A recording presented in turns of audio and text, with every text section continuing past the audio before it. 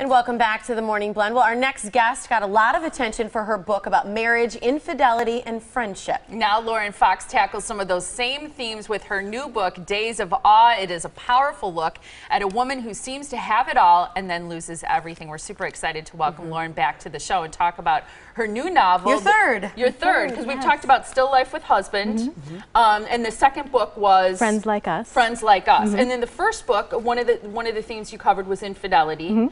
That was kind of a theme in the second book as well, Friends Like Us. Yep. What is this book, Days of Awe? What are the main themes here? The main themes in this book are more about grieving and mourning. The main character loses her best friend. She dies in a car accident. And during the course of the following year, her whole life kind of falls apart. Her marriage sort of crumbles. Her almost teenage daughter starts to pull away from her hard.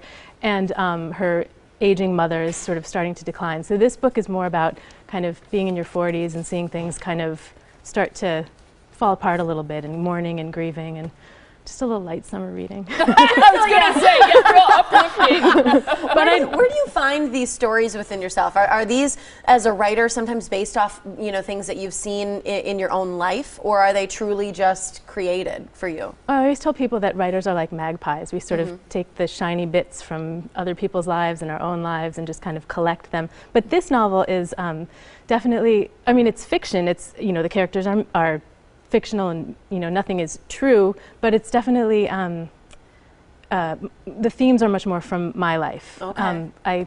A couple of years ago I lost a dear friend, and I felt blindsided really by how heavily I grieved her, and I also felt like there's no kind of no roadmap for grieving a friend in our culture, and I felt like I was sort of expected to get over it, and I mean, of course, I'm still not over it, and it just hits so hard. And so I felt like, well, the way for me to get through this is to write about it. So.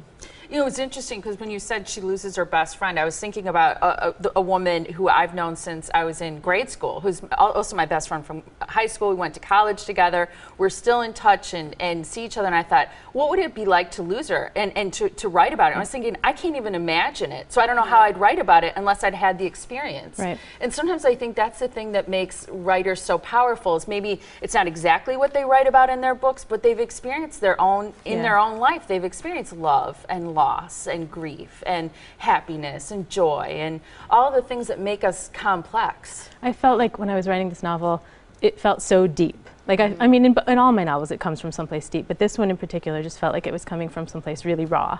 So that's. Yeah. Since there's this story about two women in that relationship and having lost and such, is this a book for women? Is it for men? Who would enjoy this most? Toddlers, no. Yeah, little kids. Young adult readers. No, I mean, I think about that. Graders, specifically. Specifically 10-year-olds.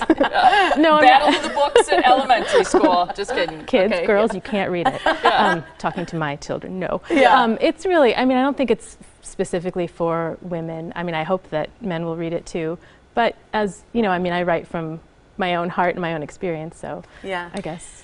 How much when you meet readers, because you write about these themes like marriage, but you write about it in ways that are very common, I think that's what happens when people read your work, is that they're like, oh, it's so relatable, almost in a scary way, and I think you know what I mean. Then you write about infidelity, and you write about friendships, and you write about the mundane aspects of marriage, for example. And I wonder, when you meet readers, do they kind of want to know about your own life? Absolutely. Are you married? Have you ever had an affair? Yeah. All of those things. Yep, yes. And I get a lot of glances from people around the school playground, and some people even say to me, I started reading your book and I just felt like I was reading about you. And so I think about this a lot, how to explain the thin line between, fiction and nonfiction.